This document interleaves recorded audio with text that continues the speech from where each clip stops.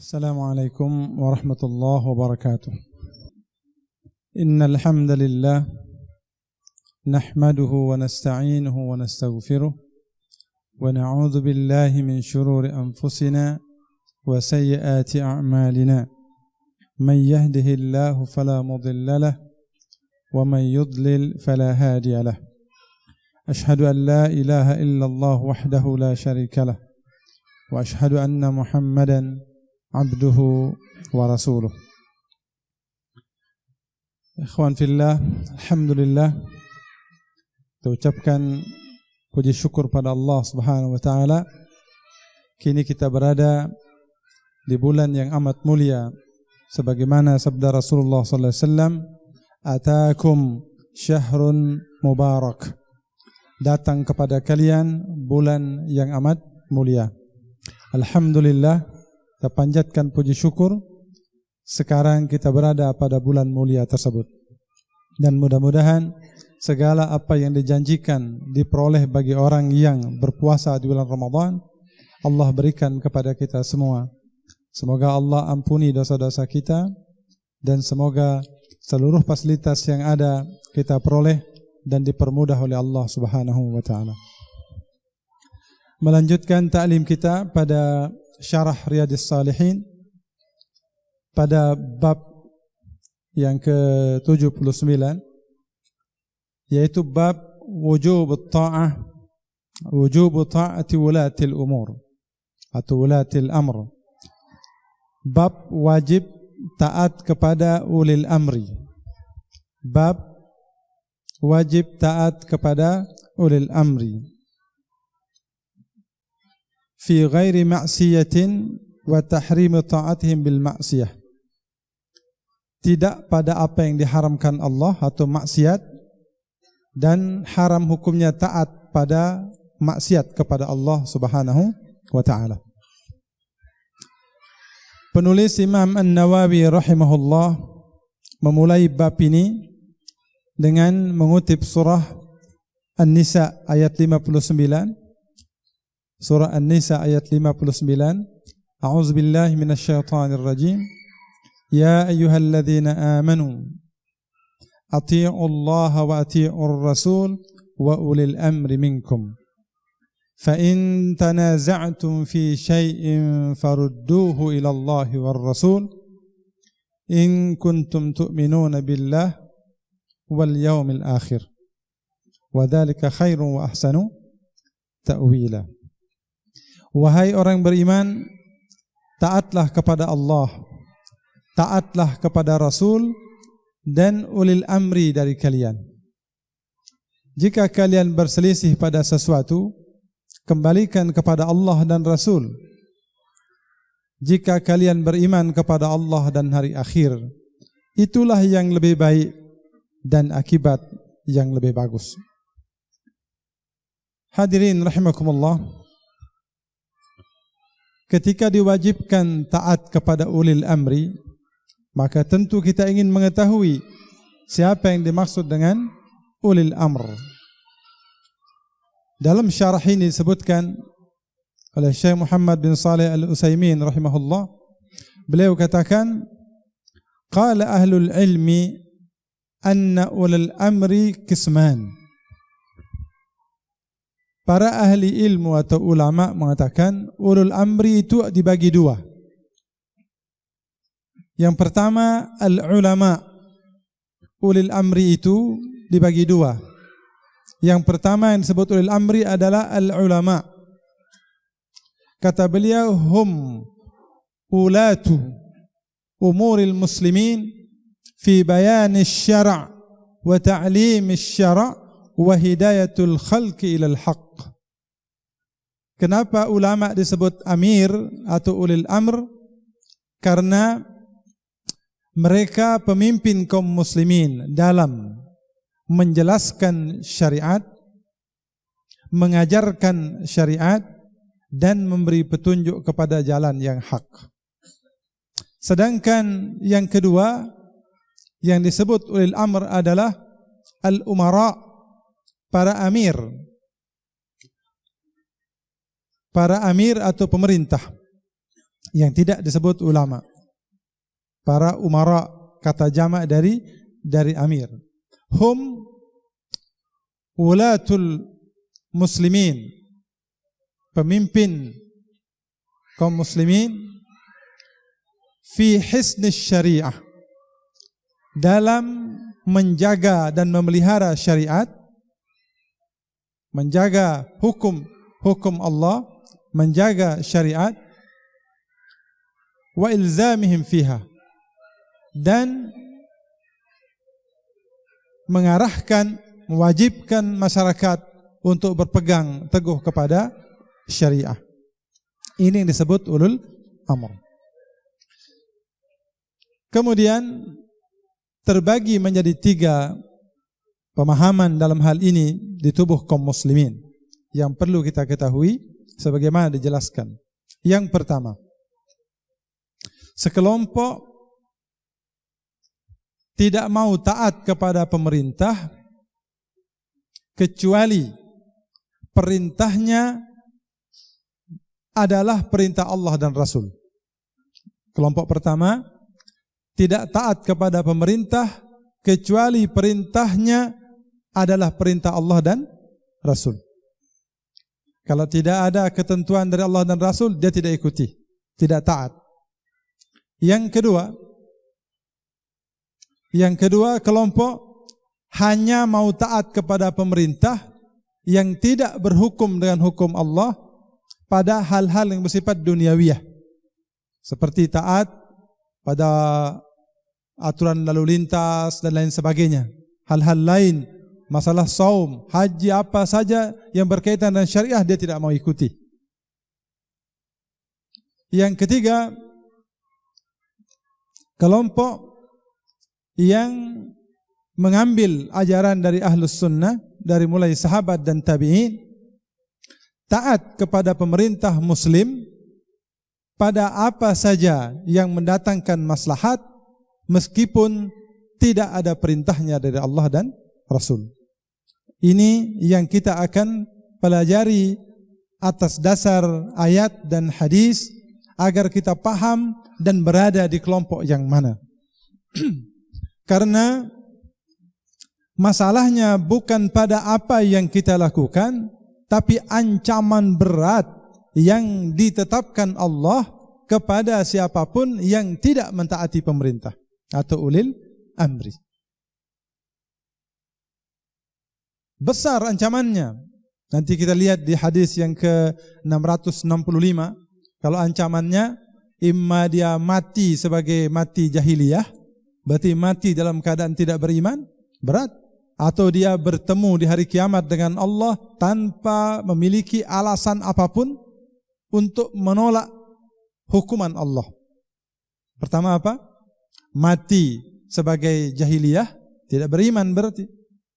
Yang kedua, bertemu dengan Allah di hari kiamat dan dia tidak punya alasan apapun untuk menolak hukuman Allah. Ini berat. Jika demikian beratnya, lalu sebenarnya siapa yang disebut pemerintah ini? Kalau kita saja yang meraba-raba, mencari-cari, lalu menetapkan sendiri siapa yang kita taati dan siapa yang tidak, maka akan terjadi memang perselisihan yang amat banyak. Oleh karena itu, penulis Riyadhus Shalihin, Imam Nawawi Asy-Syafi'i rahimahullah berkata, mengutip surah An-Nisa 59, fa in tanaza'tum fi syai'in, kalau kalian berselisih, tidak sepaham, tidak mengerti, tidak dapat menetapkan sesuatu, kembalikan kepada Allah dan Rasul. Nah, sekarang siapa jadi pemimpin kita? Kita kembali bertanya kepada Rasulullah SAW. Dan subhanallah, hal ini sudah ditanyakan 1430 berapa? 9 tahun yang lalu. Hadis pada Sahih Muslim dari Khuzaifah ibnul Yaman. Sahih Muslim dari siapa? Khuzaifah ibnul Yaman. Beliau berkata, kana an-nasu yas'alu Rasulullah sallallahu alaihi wasallam anil khair. Dulu orang-orang selalu bertanya kepada Rasulullah tentang kebaikan. Wa kuntu as'aluhu an syarr makhafatan an yudrikani. Sedangkan aku bertanya kepada beliau tentang sebaliknya, keburukan, bahaya, karena khawatir bahaya buruk itu akan menimpa aku atau aku menemuinya. Fakultu, lalu aku berkata kepada beliau, ya Rasulullah, inna kunna fi jahiliyatin wa syarr. Rasulullah, dahulu kita pernah jahiliyah. Pemimpinnya kayak apa jahiliyah? Wa syarr, dan berada pada keburukan dari segala sisi. Jahiliyah dan keburukan. Faja'ana Allahu bihadzal khair. Lalu Allah mendatangkan kebaikan ini. Engkau diutus dan Islam datang bersama engkau. Fahal min ba'dil khairi syarr? Ya Rasulullah, setelah kebaikan yang Allah berikan ini, adakah keburukan nanti setelahnya? Artinya, tidak lagi ada Islam yang memimpin, tidak ada lagi Rasul yang memimpin, tidak lagi orang menerapkan hukum Allah. Itu yang dimaksud oleh Huzaifah. Dulu jahiliyah, berarti hukumnya apa Pak? Jahiliyah. Pemimpinnya jahiliyah. Datang kebaikan, yaitu Allah utus Rasul, pemimpinnya jelas, hukumnya jelas, hidup dalam aturan Islam. Huzaifah bertanya, setelah kebaikan ini nanti adakah keburukan ya Rasulullah? Qala na'am. Ya ada. Berarti akan datang setelah Islam ini sesuatu yang amat bertentangan dengan Islam. Kemudian ditambah lagi oleh Huzaifah, faqultu ya Rasulullah, hal ba'da dzalika syarr khair? Lalu setelah keburukan itu akan adalah masa keislaman seperti yang kita alami sekarang? Artinya diterapkan hukum-hukum syariat Islam? Qala na'am. Rasulullah berkata, walakin fi dakhan, tetapi di situ ada asap. Tidak jelas dengan betul syariat itu secara sempurna, secara gamblang seperti zaman Rasulullah. Dakhan. Wa ma dakhnuhu ya Rasulullah? Apa yang membuat dia samar, membuat dia gelap ya Rasulullah? Qala qaumun yastannuna bi ghairi sunnati wa yahtaduna bi ghairi hadi. Yaitu satu kaum berarti ada pemimpinnya, ada rakyatnya. Mereka mengajarkan yang bukan sunnahku dan yang memberi bimbingan bukan dengan petunjukku. Tapi ada kebaikan, baik. Apa baiknya? Salat ada, alhamdulillah, haji juga semua bagus. Haji, menikah, berbusana muslimah dan semuanya ada. Khair sebagaimana zaman Rasulullah.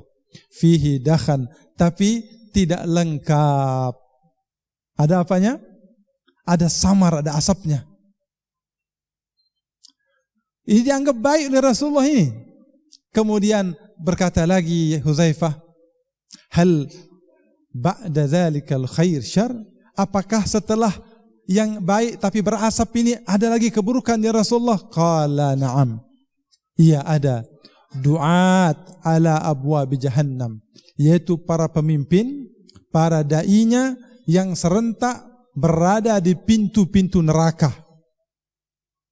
Faman istajabahum qadhafuhu ilaiha. Siapa yang mengikuti mereka akan masuk semua ke dalam neraka. Ya Rasulullah, terakhir hadis dikatakan, fa in adrakani dzalik fama taqul fama tara in adrakani dzalik. Kalau aku menemukan zaman itu Rasulullah, apa yang Anda sarankan kepadaku? Talzam bi jama'atil muslimin wa imamhum. Tetap kamu berada sama kaum muslimin dan pemimpin mereka. Berarti pemimpin, ulil amri. Tadi saya katakan ini hadis menjelaskan. Kalau disebut pemimpin, kembali kita ke atas. Pemimpin yang seperti apa? Seperti apa saja kita temukan asal dia muslim dan menjadi pemimpin kaum muslimin. Mudah? Selama rakyatnya muslimun, mayoritas kaum muslimun, pemimpinnya muslim, apapun keadaannya, dia pemimpin kaum muslimin. Kata Rasulullah sallallahu alaihi wasallam, ada berapa jenis tadi? Pertama baik pada zaman Rasulullah sallallahu alaihi wasallam, baik sebelumnya jahiliyah. Datang lagi setelah zaman Rasulullah buruk. Dan betul beberapa hadis menjelaskan muluk, seperti raja-raja, berpoya-poya, bahkan ulama dibunuh. Sahabat pun, sisa-sisa sahabat dibunuh. Terjadi. Lalu muncul kebaikan. Tapi kebaikannya ini betul-betul kebaikan yang masih bercampur. Wallahu alam bissawab. Negeri kita Indonesia mayoritas kaum muslimin, pemimpinnya muslim. Ditegakkan tidak hukum Allah di Indonesia? Ada yang bilang tidak. Mana negeri Pancasila, mana ada. Tapi selalu dihantui oleh pemahaman yang namanya hukum Islam itu cuma potong tangan, potong kepala. Padahal syariat Allah ini seluas bumi dan langit.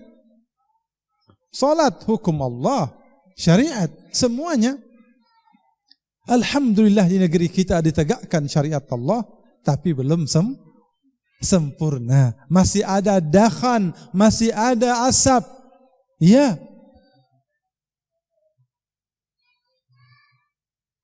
Oleh karena itu, saya sampaikan yang pernah saya sampaikan dahulu.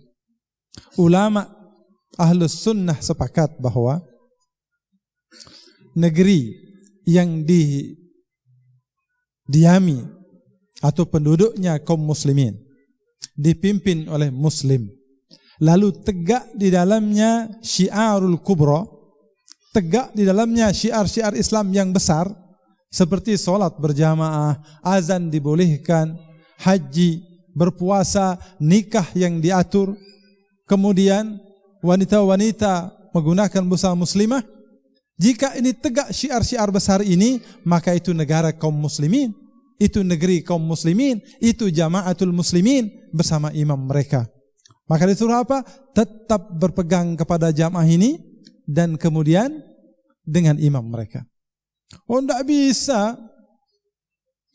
pemimpin kita walaupun muslim tidak menerapkan hukum Allah. Bukan tidak, belum. Kalau tidak, kita tidak bisa duduk sekarang ini di masjid. Tidak boleh kita begini. Tapi alhamdulillah, bukan tidak, tapi belum. Kalau belum diapain? Diperbaiki. Bagaimana memperbaikinya? Rasulullah SAW ajarkan beberapa cara. Mungkin sebagian kita tidak bisa melakukannya. Para ulama-ulama yang dekat, yang bisa mendatangi kata Rasulullah, pegang tangannya, bawa pergi berduaan supaya orang tidak melihatnya, sampaikan ajaran Allah dan Rasul kepadanya. Jika dia terima, maka baik untuknya. Jika tidak diterima, kamu sudah melaksanakan tugasmu. Jelas? Bukan dengan melakukan kehancuran. Jadi ulama ada yang mengibaratkan negeri ini seperti asrama. Asrama yang didiami oleh banyak orang, berasal dari daerah bermacam-macam. Kemudian asrama ini tidak sempurna. Ada bocornya mungkin, atau pintu kadang terbuka, kadang tertutup, bisa dikunci, tidak bisa dibuka. Kamar mandi juga begitu, kadang air mengalir, kadang tidak. Kemudian mungkin agak doyong sedikit, tapi tidak sampai ambruk. Kalau ada asrama semacam ini, apa kita hancurkan? Atau kita perbaiki? Kita perbaiki. Kita kan bisa pindah. Ya pindahlah. Nanti kalau bocor juga. Nah kalau negara sekarang bocor di berbagai sisi, kotor di berbagai tempat, banyak yang belum diterapkan, mau pindah kemana? Katakanlah ke Malaysia atau ke Arab Saudi lah, ke Mekah, Madinah, enak bisa umroh tiap hari kalau mau. Ketemu lagi di sana, ternyata di Mekah juga tidak sempurna, pindah ke Amerika, jadi koboi di sana, tambah parah. Tidak bisa.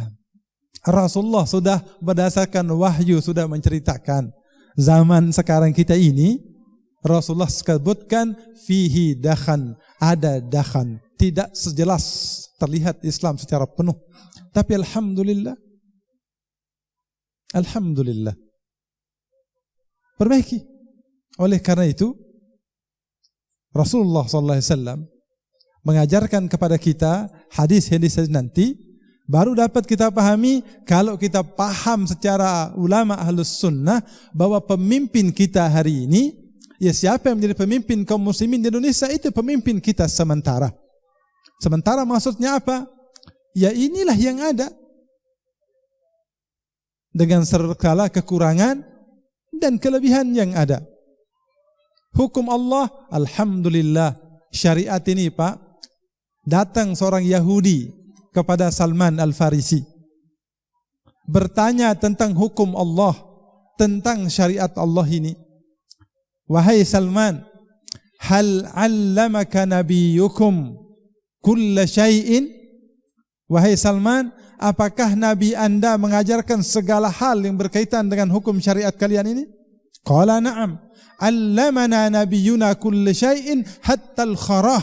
Coba lihat, Rasulullah ajarkan kepada kami, semua yang diajarkan Rasulullah adalah hukum syariah.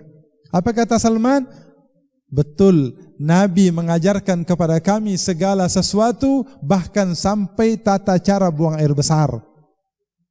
Coba bayangkan, sampai buang air besar diajarkan. Ini semua syariah, ini hukum. Wah baik, katakanlah kita terima penjelasan ini. Lalu bagaimana dengan ayat yang sudah jelas, waman lam yahkum bima anzalallah faulaika humul kafirun? Ini ayat paling sering dipakai sebagai alasan menolak pemerintah. Saya bilang ayatnya betul, artinya pun jelas. Siapa yang tidak berhukum dengan hukum Allah, maka mereka orang kafir. Kalau diartikan tidak berhukum hanya hukum pidana, maka habislah Islam ini. Siapa yang tidak berhukum, semua syariat, dari mulai masuk kamar mandi sampai atas itu syariat. Nah, siapa yang tidak mau berhukum, bersyariat dengan Islam, kafir. Apa contoh mudahnya? Masuk kamar mandi pakai kaki kiri atau kaki kanan? Menurut syariat hukum Allah dan Rasulnya, kaki kiri. Kalau saya pakai kaki kanan duluan, kafir tidak? Nah, Bapak mulai bingung nih. Kan jelas, siapa yang tidak berhukum, kafir. Saya pakai kaki kanan, kafir tidak? Sementara iya Pak ya, karena begitu ayatnya. Tapi ditanya sama orang itu, kenapa kau pakai kaki kanan? Ya enggak ada, kaki kanan aja. Oh enggak tahu hukumnya? Ya pernah dengar sih. Terus kenapa pakai kanan? Ya mau aja. Ya enggak bisa dibilang kafir Pak. Tapi kalau udah bilang, ngapain ikut aturan Nabi? Ngapain ikut aturan Allah pakai kaki kiri segala? Wong saya punya kaki yang lain, baru kafir. Jelas Pak? Jadi menolak aturan hukum Allah, tidak mau, jelas. Jangankan hukum yang besar-besar. Makan pakai tangan kanan, syariat Allah bukan? Syariat Rasulullah. Syariat Rasulullah. Kalau ada orang makan pakai tangan kiri, kafir tidak? Ya sama, tergantung. Mas, kenapa pakai tangan kiri? Ngapain dibodohin sama Nabi? Mungkin kita enak pakai kiri, kenapa pakai kanan? Saya kan kidal, dan saya lebih nyaman pakai kiri. Terus kalau buang air, toharnya pakai apa? Pakai kanan saya, katanya. Misalnya dia bilang begitu. Kalau ungkapan ini betul muncul penolakan kepada Rasulullah SAW, itu baru kafir. Jadi semua apa saja menolak, tidak mau. Nah, tanya pemerintah kita, utus orang Al-Furqan 10 orang, pergi ke dewan, ke presiden. Betulkah Anda tidak suka dengan hukum Allah? Betulkah kalian menganggap hukum positif kita lebih baik dari hukum Allah? Kalau dia bilang iya, kafir. Tapi kalau bilang enggak, kita kan di sini tidak semuanya Muslim. Penduduk Indonesia kan tidak semuanya Islam. Jadi kita terapkan hukum yang bisa diterima semua orang. Ulama sepakat mengatakan enggak, kafir. Jadi ada 6 tingkatan yang ditulis ulama. yang paling rendah mengatakan bahwa satu-satunya pemerintah saja yang kafir, yang lain tidak. Nah, ini yang paling rendah. Naik sedikit, pemerintah dan menterinya kafir. Naik lagi, pemerintah, menteri dan yang membantunya masyarakat juga kafir. Terus sampai ke atas, semua yang mendukungnya kafir. Sampean ya, kena juga. Apalagi pegawai negeri, wow tambah top. Menurut pendapat yang paling keras. Yang paling rendah dari yang nomor 6, hanya pemerintahnya kafir. Ini yang tadi tidak mau menerima segala aturan darinya, kecuali hal-hal yang berkaitan dengan apa? Urusan lalu lintas, lain sebagainya. Baik, dari pemahaman Ahlus Sunnah wal Jamaah. Sebentar Ustaz, ini selalu bilang pemahaman Ahlus Sunnah wal Jamaah ini. Yang mana maksudnya? Kita ini termasuk enggak? Ini kadang-kadang sering menjadi masalah. Yang dimaksud Ahlus Sunnah, Pak, masyarakat yang bersyahadat asyhadu an la ilaha illallah wa asyhadu anna Muhammadar Rasulullah, kemudian mengikuti ajaran Rasulullah sallallahu alaihi wasallam dengan pemahaman jamaah. Siapa jamaah itu? Sahabat Rasulullah sallallahu alaihi wasallam, kemudian generasi sesudahnya disebut tabi'in, dan generasi yang ketiga tabi'in. Mudah. Yang disebut Ahlus Sunnah wal Jamaah, muslim yang berislamnya sebagaimana yang diajarkan Rasulullah, seperti yang dipraktekkan oleh sahabat. Sudah itu aja. Mudah. Nah, kalau Bapak ingin sebut Ahlus Sunnah, ikut sunnah. Sebut Ahlus Jamaah, ya ikut bagaimana pemahaman para sahabat. Nah, yang menjelaskan masalah pemimpin tadi adalah para sahabat mendapatkan dari Rasulullah sallallahu alaihi wasallam. Kita ikuti. Siapa saja yang memimpin kita muslim, bahkan muslim kita yang tinggal di negeri kafir, segala aturan yang dibuat pemerintah di situ yang tidak melanggar syariat Islam wajib taat. Tapi kalau sudah mulai mengatakan jangan sholat lagi di masjid, jangan puasa Ramadan dan lain sebagainya, wajib muslim ini hijrah. Wajib. Kalau dia tidak bisa sholat, tidak bisa melaksanakan Islam di situ, tetap tinggal di situ, tidak mau hijrah, kelak dia akan ditanya seperti surat An-Nisa, datang malaikat mengatakan, fima kuntum, di mana kamu dulu? Kok bisa di neraka sekarang? Qalu kunna mustad'afina fil ard. Dulu kami orang yang tertindas di bumi, tidak bisa melaksanakan perintah Allah. Apa jawab malaikat? Alam takun ardullahi wasi'ah? Bukankah bumi Allah itu luas? Fatuhajiru fiha, lalu kamu hijrah? Ini yang disebut tadi apa? Tidak punya alasan lagi. Wajib. Tapi ketika melanggar aturan Allah, diperintah untuk tidak melaksanakan perintah Allah, tidak boleh taat. Termasuk kita. Di Indonesia ini, alhamdulillah, sejak saya mengerti bahasa Indonesia, dalam arti ngerti berbicara, bisa baca, sampai hari ini, alhamdulillah belum pernah negeri ini melarang kita sholat, dan lain sebagainya. Hanya sekali saja kita dengar di negeri ini, di Bandung, Jawa Barat, pemerintah minta tidak boleh pelihara jenggot. Pernah dengar ya? Hanya itu sekali itu aja. Sekarang banyak orang Jawa Barat berjenggot, biasa. Artinya, belum kita dengar di negeri kita yang dipimpin muslim ini melarang kita untuk tidak melaksanakan perintah Allah. Adapun hukum hudud, hukum yang ini memang belum. Inilah tugas kaum muslimin semua untuk apa? Untuk belajar Islam dengan benar, mengajarkan kepada keluarga supaya mereka betul-betul ingin rindu menjadi muslim di negerinya dan memiliki aturan menurut agamanya. Itu kerinduan. Tapi bukan berontak, tidak boleh berontak. Tidak satu pun agama, ulama mengajarkan itu. Apalagi frustasi. Frustasi lalu ngebom, tambah tidak ada. Loh, kita kan tidak kuat, terpaksa kita pakai berbagai cara. Khuzaifah ini, yang cerita ini Pak, yang hadis tadi, Khuzaifah ibnul Yaman, waktu perang Khandak, sekutu, beliau diutus oleh Rasulullah sallallahu alaihi wasallam.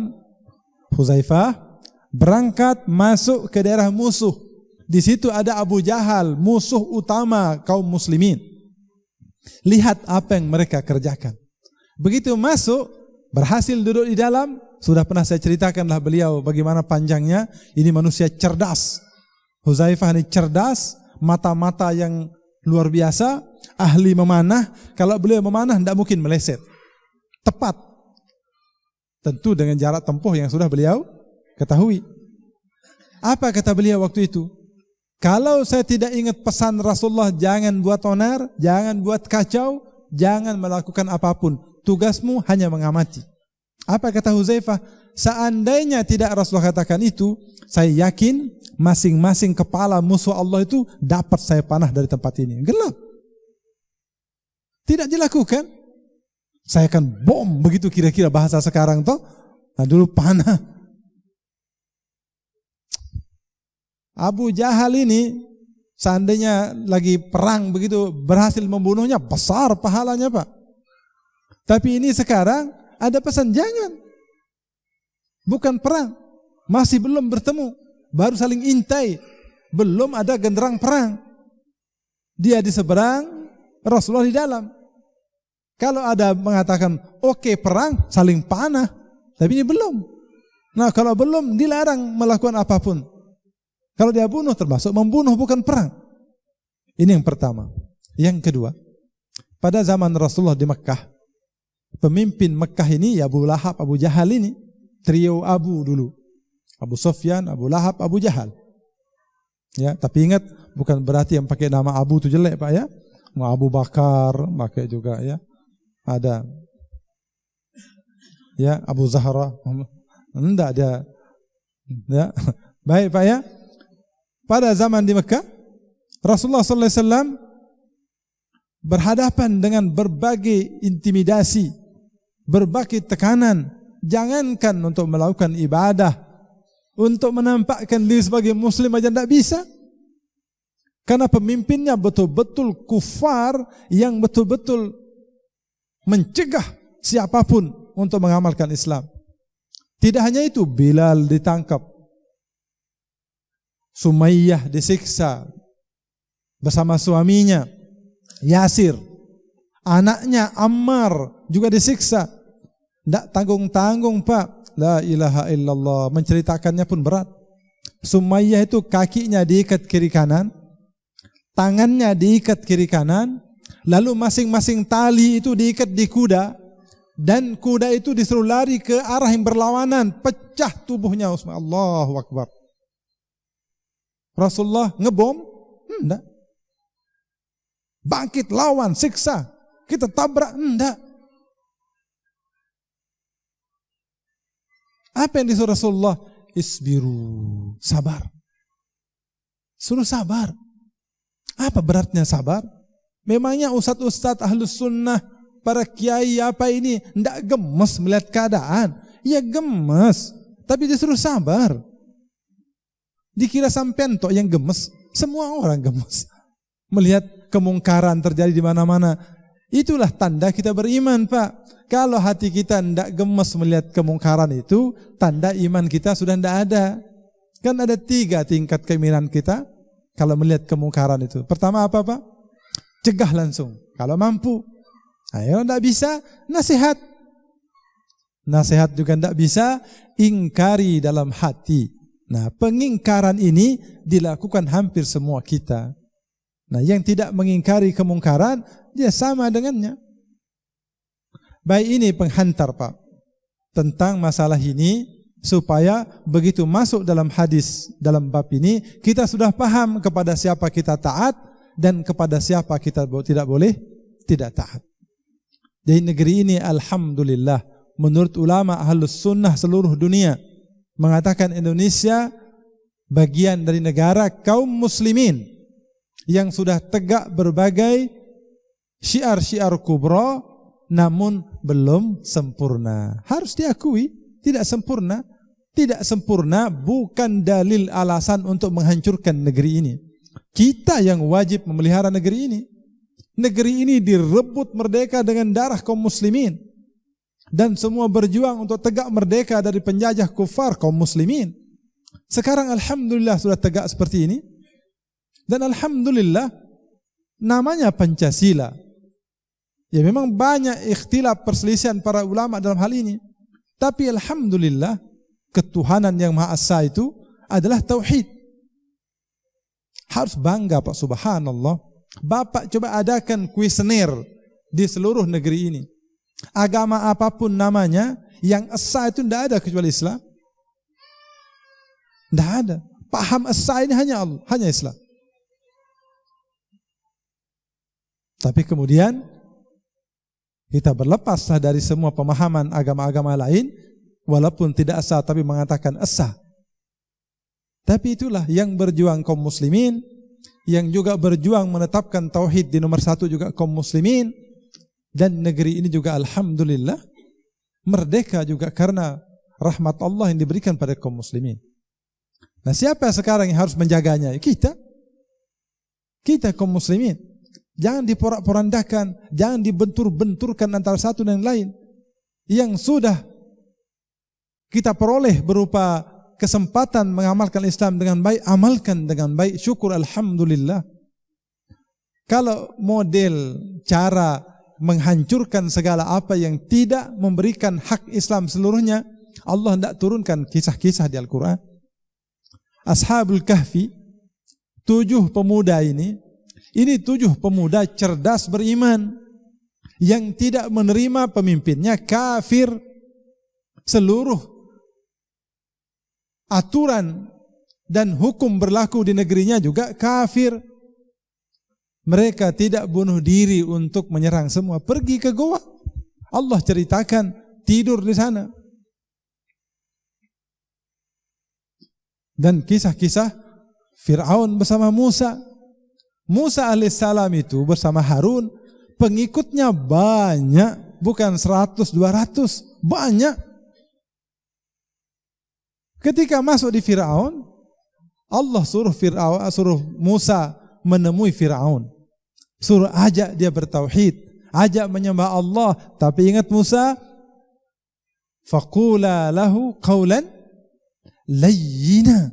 Ingat Musa, katakan kepada Fir'aun dengan ucapan yang lembut. Fir'aun. Coba sebut sekarang pemimpin negara di dunia seperti Fir'aun. Siapa kira-kira? Tidak ada. Yang mengaku Tuhan. Apa katanya? Bani Israel, rakyatku, jangan ikut Musa. Lihat, akulah pemimpin dunia. Maksudnya pemimpin di daerah dia dulu. Tidakkah kalian lihat sungai mengalir di bawahku? Nah, coba lihat, belum ada seperti ini. Apa kata Allah? Tetap Musa, kamu nabi. Ajak Fir'aun dengan cara yang lembut, bukan ajak kaummu sikat, tidak ada. Ucapan yang lembut, qaulan layyina. Apa kata Musa?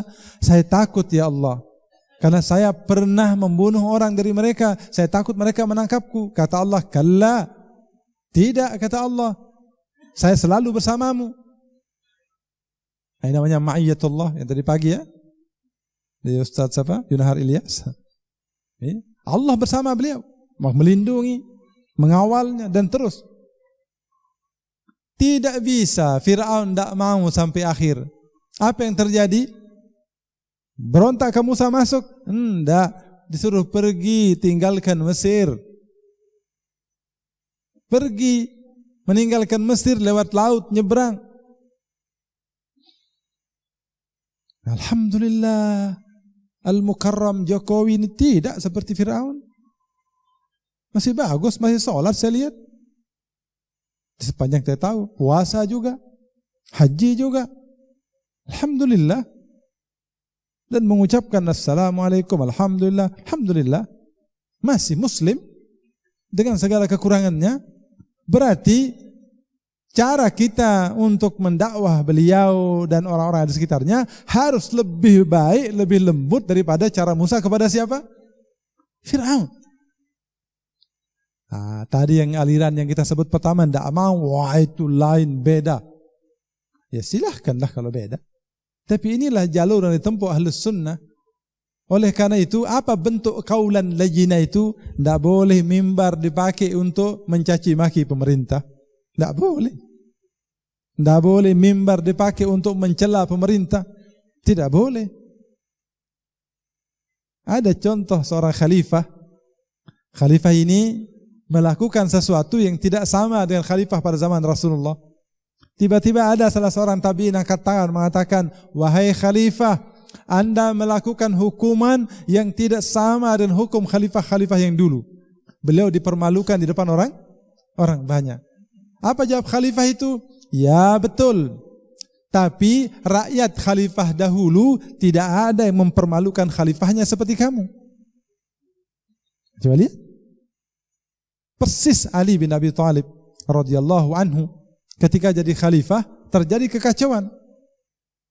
Berhantam antara kaum muslimin dan kaum muslimin.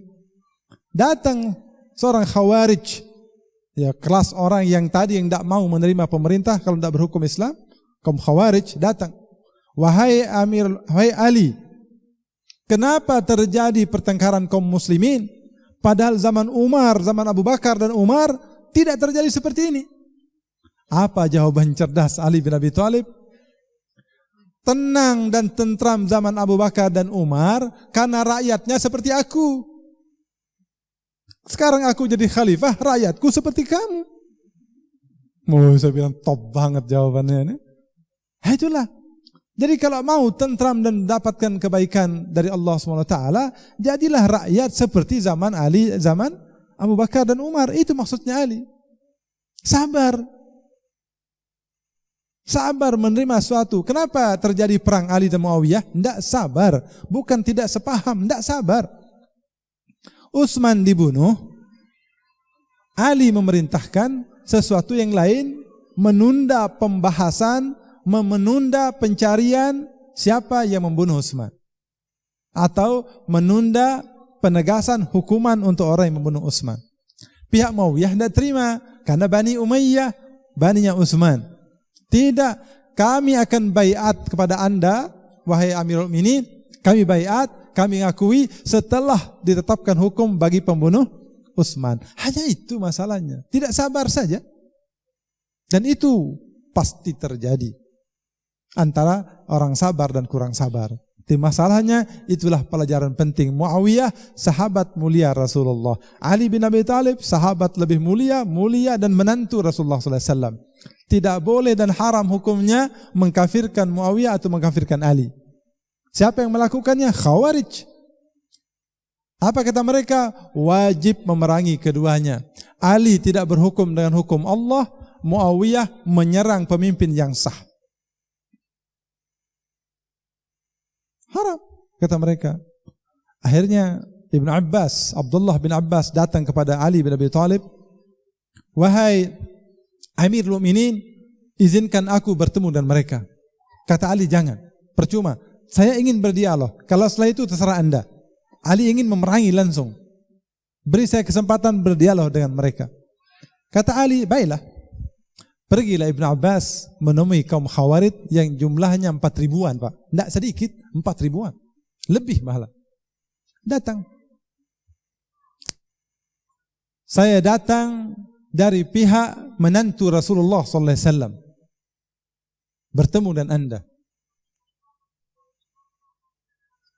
Katakan apa yang menyebabkan kalian menolak Ali.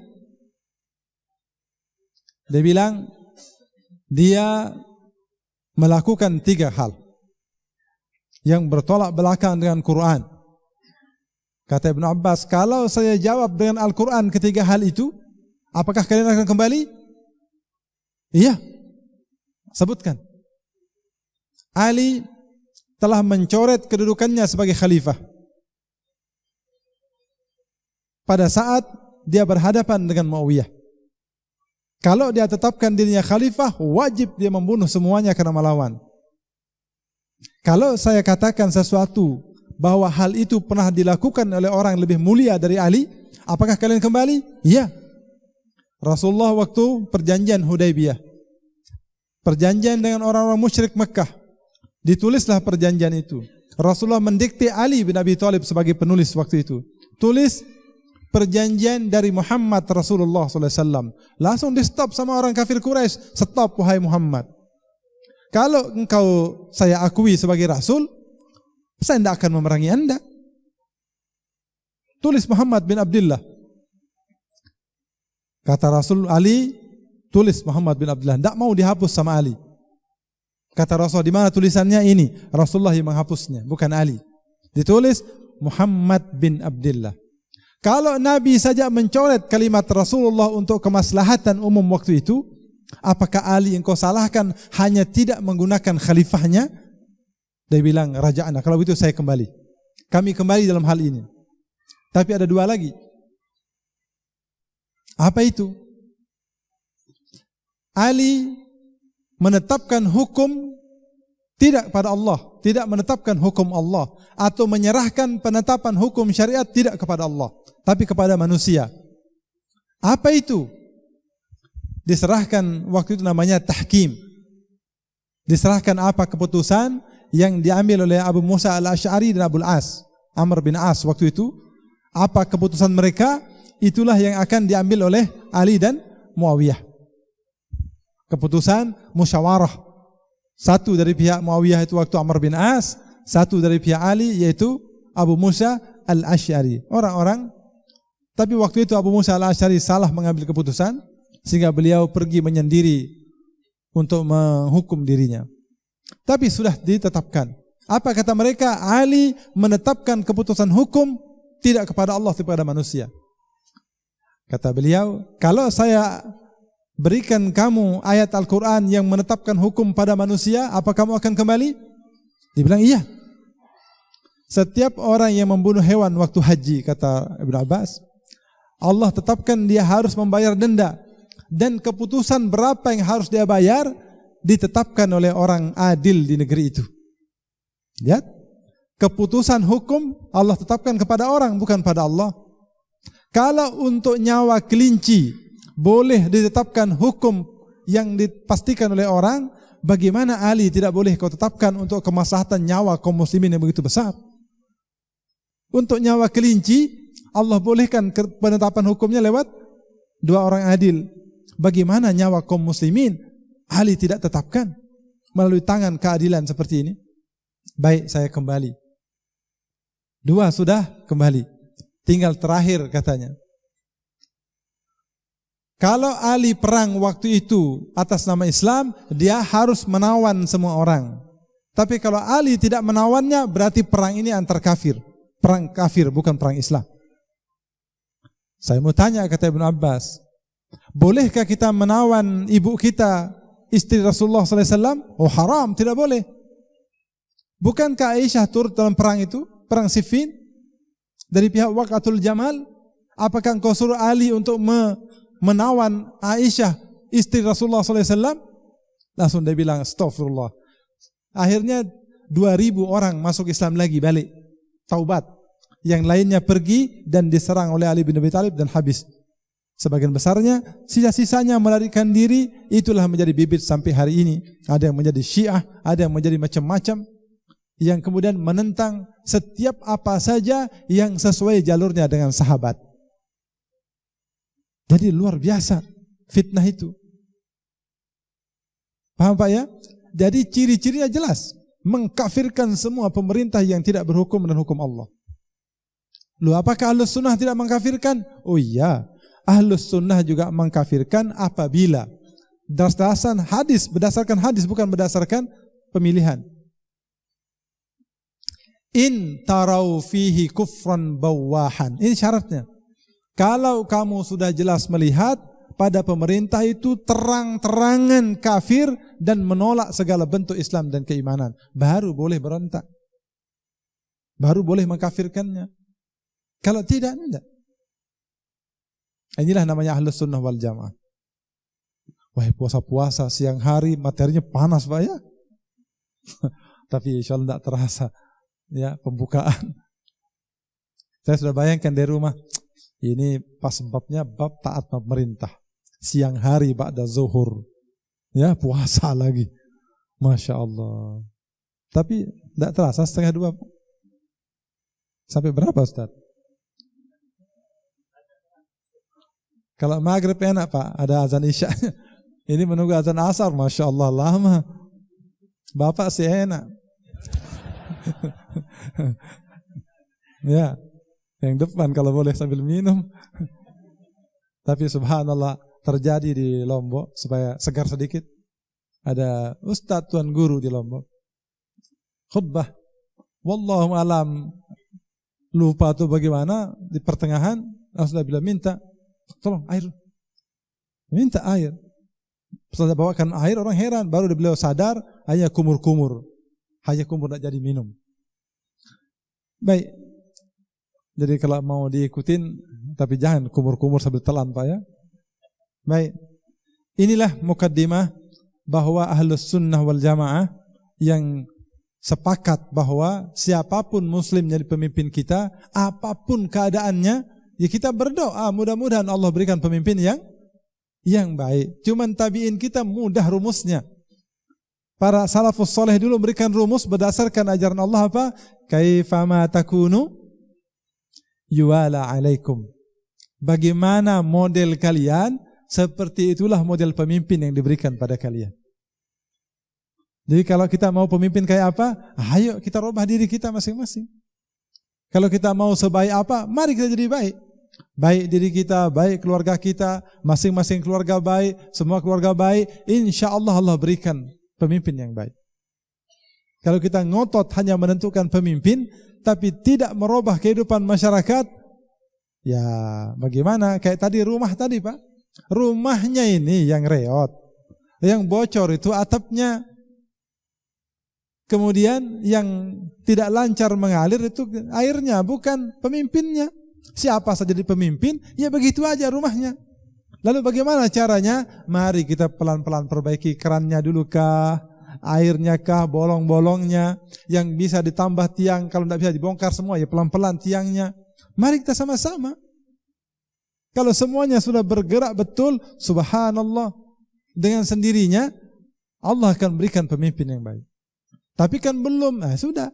Kalau sekarang kita masih berjalan dengan sistem yang ada, ya kalau nanti ada pemilihan dan sudah ada fatwa dari ulama Ahlus Sunnah, dibolehkan memilih. Tapi ingat, terlebih lagi ketika terjadi dua pilihan. Yang satu bobrok, yang satu muslim. Wajib hukumnya memilih. Tidak boleh golput sama sekali. Wah, ini mulai belajar politik ini. Bukan. Inilah hukum. Jadi ketika dibutuhkan, kalau tidak dibutuhkan sama-sama muslim duanya, ya terserah. Mana-mana. Kalau semuanya sama-sama muslim, kurang lebihnya sama saja, ya sudah. Maksudnya sampai di situ ulama membahas masalah itu. Bukan diam, bukan kemudian antipati, tidak. Tidak ada ulama antipati membiarkan negerinya, pemerintahannya kacau balau, tidak mungkin. Karena umara tadi, ulama termasuk. Nah, coba lihat misalnya, yang saya tahu beberapa ustadz yang alumni Timur Tengah, ilmunya jelas bagus karena doktor, datang menjelaskan Islam kepada pihak kepolisian. Bapak tahu apa kata orang? Itu lihat, mulai mendekat-dekat kepada polisi pemerintah, curhat, cari carmuk, cari muka dan sebagainya. Bagaimana pemerintah paham tentang Islam kalau tidak diberitahu? Kan selama ini pemerintah kita salah paham. Makanya saya subhanallah senang betul dengan apa yang diucapkan oleh Badruddin Haiti, Kapolri yang dulu. Adem ketika dia mendapatkan penjelasan begini Islam. Apa kata beliau di Masjid Istiqlal waktu diundang? Teroris itu bukan celana cingkrang, bukan orang berjenggot, bukan orang berjilbab. Teroris itu pemahaman yang harus dicari melalui dialog, pemeriksaan. Bukan melihat orang berjenggot teroris. Nah, kepala ini jenderal polisi yang bilang, Kapolri. Dari mana dia tahu itu? Dari penjelasan ulama kepada beliau. Nah, kalau tidak dekat, hanya menolak, mencaci, pokoknya polisi, tentara, dan jahanam. Wah, tidak boleh. Jelaskan apa semampu yang kita bisa. Bukan berdekat-dekat untuk mendapat fasilitas supaya ada yang memberi pengawalan. Tidak. Saya ingat betul, saya diundang ceramah di salah satu aparat negara di komplek di Rudal atau di mana gitu. Ada seorang datang kepada saya, hati-hati Ustadz, kata salah seorang Ustadz ini, Al-Qur'annya itu beda. Masya Allah. Bagaimana ini? Jadi hati-hati Ustadz, Qur'annya beda. Maksud dia bukan mushafnya ini. Maksudnya pemahaman yang mungkin beda. Saya bilang, ya itu tugas kita memberi pemahaman yang benar. Dan alhamdulillah, banyak O-nya terus. Hendak paham. Kan ini sebenarnya komunikasi kita tidak ada, pemberi pemahaman tidak ada. Apalagi saya lahir di negeri yang lihat polisi takut. Orang Lombok itu dulu, mau lihat polisi itu lari, Pak. Takut betul. Apalagi sebagian lagi lihat orang pakai celana panjang itu lari. Dulu. Nah ini contoh saja. Karena tidak ada komunikasi. Baik, jelas Pak ya. Nah, ini mukaddimah kita supaya pelajar tentang taat pada pemerintah kita paham siapa yang kita maksud dengan ulil amri. Segala kekurangannya bersabar. Sabar. Ada seorang ustadz pernah juga dicaci maki oleh banyak golongan. Beliau orangnya santun, Dr. Syafiq Basalamah. Beliau mengatakan, sudahlah, daripada kita mencaci maki pemerintah, melakukan berbagai macam keonaran, kenapa kita tidak berdoa kepada Allah supaya Allah perbaiki mereka? Ketawa orang-orang itu. Memangnya bisa hanya dengan doa? Apa yang bisa dilakukan doa? Kalau orang melakukan kesalahan saja kalian kritik, bilang itu bid'ah apa. Kenapa tidak kalian doakan? Kata, lain lagi cerita. Pemerintah dengan masyarakat beda. Pemerintah ini kita tidak bisa semena-mena langsung ini. Doakan. Pertanyaan yang mendasar, bisakah doa merubah seseorang? Kalau tidak bisa, Rasulullah tidak akan berdoa supaya Amr bin As atau Abu Lahab atau Umar bin Khattab yang masuk Islam.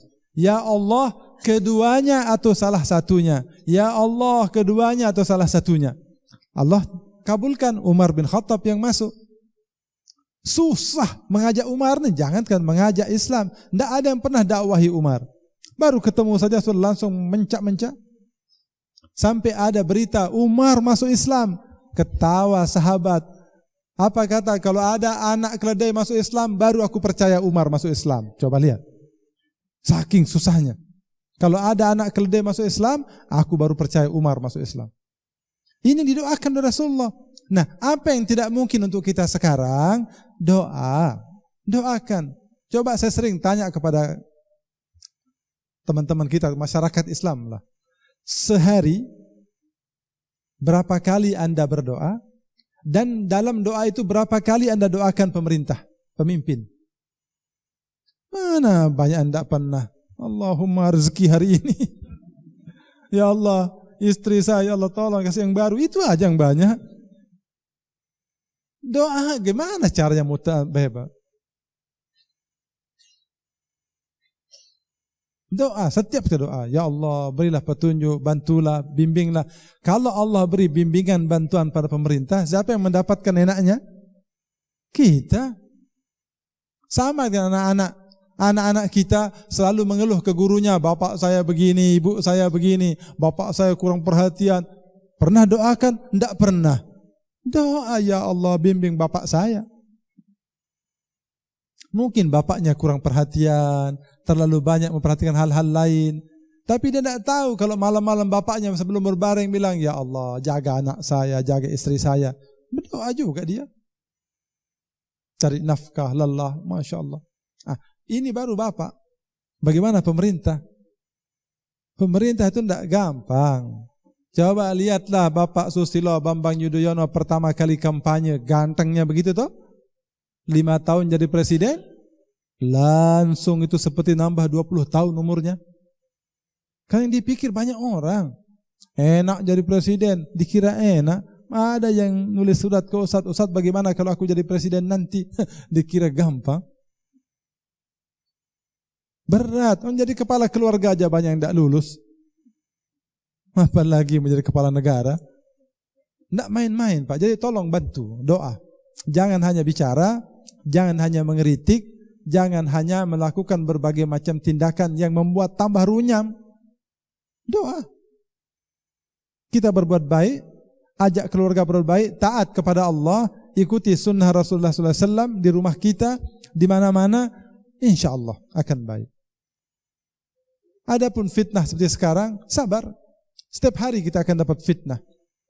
Kasihan saudari-saudari kita di Jakarta, orang mau naik bis, wanita muslimah yang menutup aurat dengan baik, ditolak sama bisnya, jangan naik, paling kamu bawa bom. Coba lihat.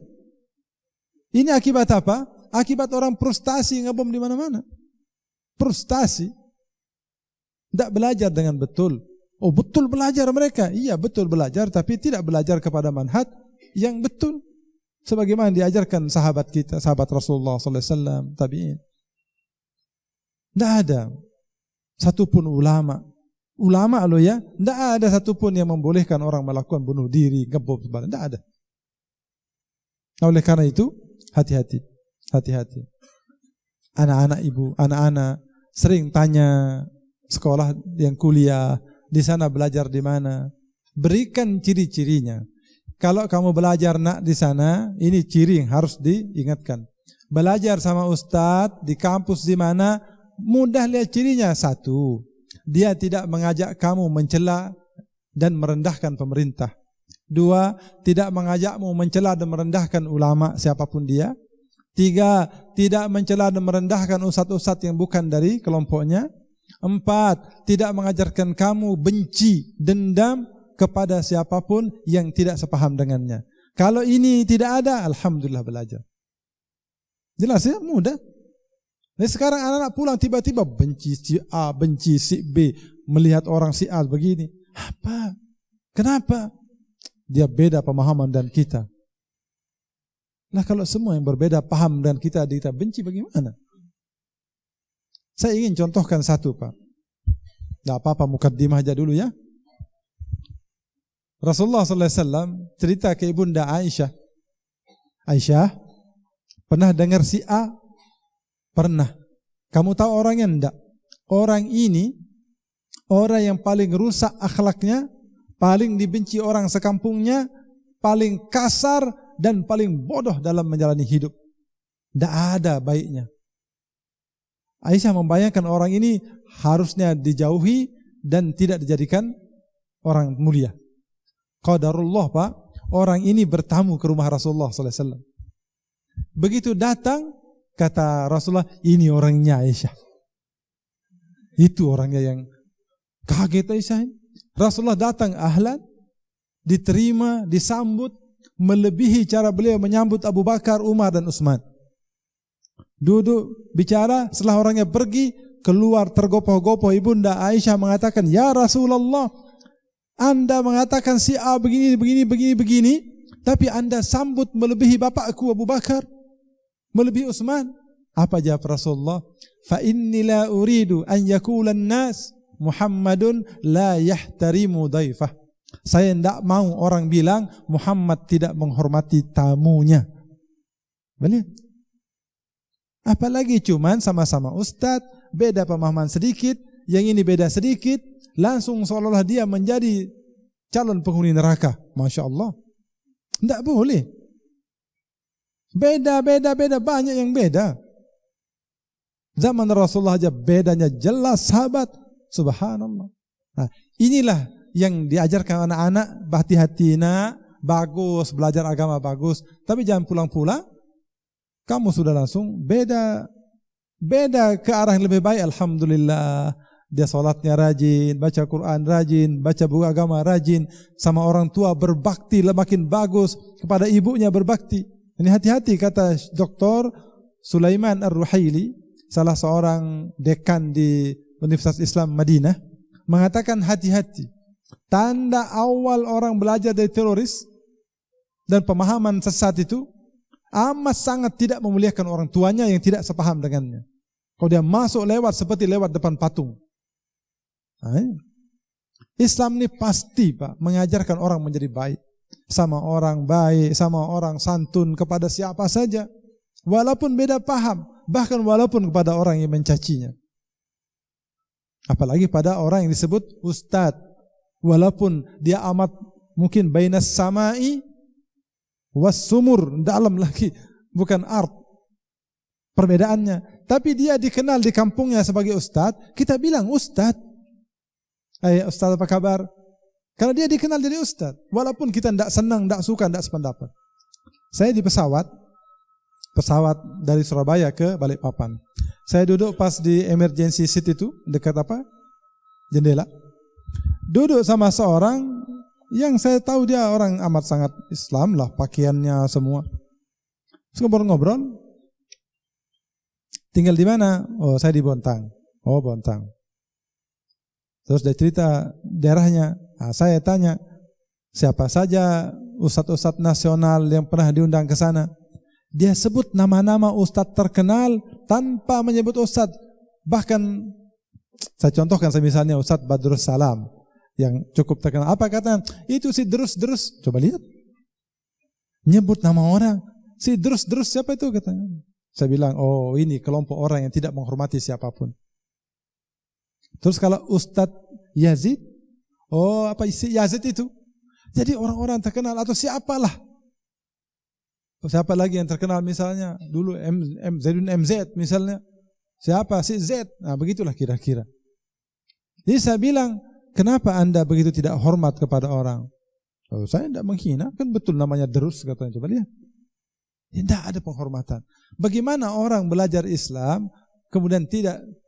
Ya Allah. Rasulullah datang ke majelis sahabat, tiba-tiba mereka berdiri, kata Rasulullah, duduklah. Tidak usah berdiri. Jangan sambut aku seperti orang menyambut Isa, menyambut lain sebagainya. Tiba-tiba datang pemuka-pemuka Quraisy, Rasulullah mengatakan, "Kumu li sayyidikum." Berdiri sambut tuan-tuan kalian. Coba lihat. Ini ketua Quraisy, kafir. Kaum muslimin berdiri. Tuan-tuan kalian datang, ini awal-awal Islam dulu. Jadi Islam tidak pernah mengajarkan kebencian dan tidak pernah mengajarkan dendam, tidak pernah mengajarkan merendahkan siapapun. Adapun berbeda harus berbeda dan pertahankan perbedaan kalau memang berbeda, tapi bukan itu alasan untuk merendahkan, apalagi membenci. Jelas Pak ya? Nah, ini yang kita maksud. Anak-anak itu perhatikan sikapnya hariannya. Kalau baru-baru kelihatan cepat segera diajak bicara. Tidak bisa kita tangani, bawa ke ustadz siapa supaya diterapi. Cukup banyak Pak anak-anak yang diterapi, alhamdulillah. Dari mulai kecil ada yang datang tiba-tiba mengatakan pulang ke rumahnya, dibilang, "Mah, ini sudah lama terjadi. Aku tidak mau berdoa sama Allah lagi, tidak sakti." Coba lihat anak kecil. Anak kecil selama ini. Kenapa kata mamanya? Ini maaf, ini bukan sarai, tapi inilah bentuk. Kan kalau orang Nasrani berdakwah untuk agamanya memang itu pekerjaan mereka. Kita juga berdakwah untuk Islam. Tidak bisa dilarang, dia pekerjaannya memang sama berdakwah. Ya rupanya disuruh merem sama tetangganya yang Nasrani. Coba merem, tutup mata, minta sama Allah. Tuhan Allah, minta permen. Tidak ada. Nah, coba sekarang minta ke Tuhannya tante. Coba jam. Tuhannya tante minta permen, langsung dibagi permen sama tantenya. Ih, sakti Tuhan tante. Ih, bahasa Bontang lagi. Sekalinya Tuhan tante sakti. Pulang ke rumah. Nah, ibunya datang ke rumah. Pak Aziz tolong, anak saya begini. Ya, makanya sekolahkan di sekolah agama, sekolah di masjid seperti ini. Alhamdulillah. Saya menceritakan hal-hal yang berkaitan. Dulu siapa namanya? Nabi Isa menurut ini bagaimana, menurut ini bagaimana. Alhamdulillah mereka ternyata yang sakti itu Allah. Nah, seperti itulah. Anak-anak muda juga gitu datang pulang-pulang mengatakan bahwa ternyata tidak ada yang benar agama ini katanya. Dari mana itu? Semuanya kena penyakit merasa dirinya benar. Dapat dari mana itu? Nah, dari guru saya. Siapa namanya? Ulil Absar Abdullah. Oh, Masya Allah. Gurunya ini benggolannya liberal. Nah, seperti ini. Jadi hati-hati. Banyak sekali yang kita lihat dan itu kita tidak mencaci orang yang tidak mencaci. Tapi kalau caciannya untuk umum, untuk Islam, kita tidak balas mencaci, hanya menjelaskan. Apa caciannya tidak benar, yang benar begini. Itu saja. Mudah-mudahan Allah SWT memberikan pemahaman yang sederhana ini bahwa ulil amri itu adalah siapa saja muslim yang diberi amanah untuk memerintah kaum muslimin. Dengan atau tanpa keislaman bagus pada dirinya. Jika bagus kita bersyukur, kalau kurang kita bersabar. Perbaiki kalau bisa dan sabar kalau tidak bisa. Itulah pekerjaan ulama dari dulu. Bahkan seperti Imam Ahmad bin Hanbal, para imam yang pernah dipenjara, subhanallah, mereka sabar. Tapi terus memperbaiki, dan alhamdulillah hasil kesabarannya itu mereka dapatkan hasilnya. Nah, inilah gambaran yang masih panjang mungkin kalau dibahas. Yang penting perbedaan kita yang mengikuti para ulama, Imam Syafi'i, Imam Abu Hanifah, Imam Anas bin Malik bin Anas, Imam Abu Muhammad bin Hanbal, dan seluruhnya yang mengikuti jalur sahabat dan tabi'in ini berpaham sepakat bahwa yang disebut ulil amri adalah siapa saja muslim yang memimpin kaum muslimin. Berpegang teguhlah padanya, jangan sampai berlepas diri, dan jangan menjauh, jangan berontak, jangan memisahkan diri. Karena itulah awal pertama kita akan kehilangan ural Islam atau ikatan Islam. Dan kalau terlepas dari ikatan Islam, Allah akan berlepas diri dari kita semua. Allah tidak akan membantu dan menolong kita. Itulah yang disebut dalam beberapa hadis yang insyaAllah berarti minggu depan, hari Sabtu depan kita akan mulai baca, pelajari satu per satu hadisnya. Jelas Pak ya? Nah, kalau langsung ke materi tadi, kemungkinan kita akan susah menentukan sikap kepada siapa dan untuk siapa. Nah, dengan mukadimah ini mudah-mudahan Allah memberikan keteguhan hati dalam iman, dalam memahami apa yang diajarkan oleh para ulama kita, dan bersabar menghadapi segala kekurangan yang ada di lingkungan kita. Dan mari mulai sekarang kita perbaiki diri, istri, anak-anak kita, dan anggota keluarga kita supaya terus berada pada jalan yang benar dan bersabar. Mudah-mudahan kalau Allah memberikan kehidupan lebih baik, memberikan pemerintah pemimpin yang lebih baik, dan memberikan kita kehidupan yang baik di dunia, dan mudah-mudahan pula kebaikan di akhirat. Demikian, hadanallahu ikum ajma'in. Subhanakallahumma bihamdik, asyhadu an la ilaha illa ant, astaghfiruka wa atubu ilaik. Wa sallallahu ala nabina Muhammad wa ala alihi wa sahbihi wasallam. Assalamualaikum warahmatullahi wabarakatuh.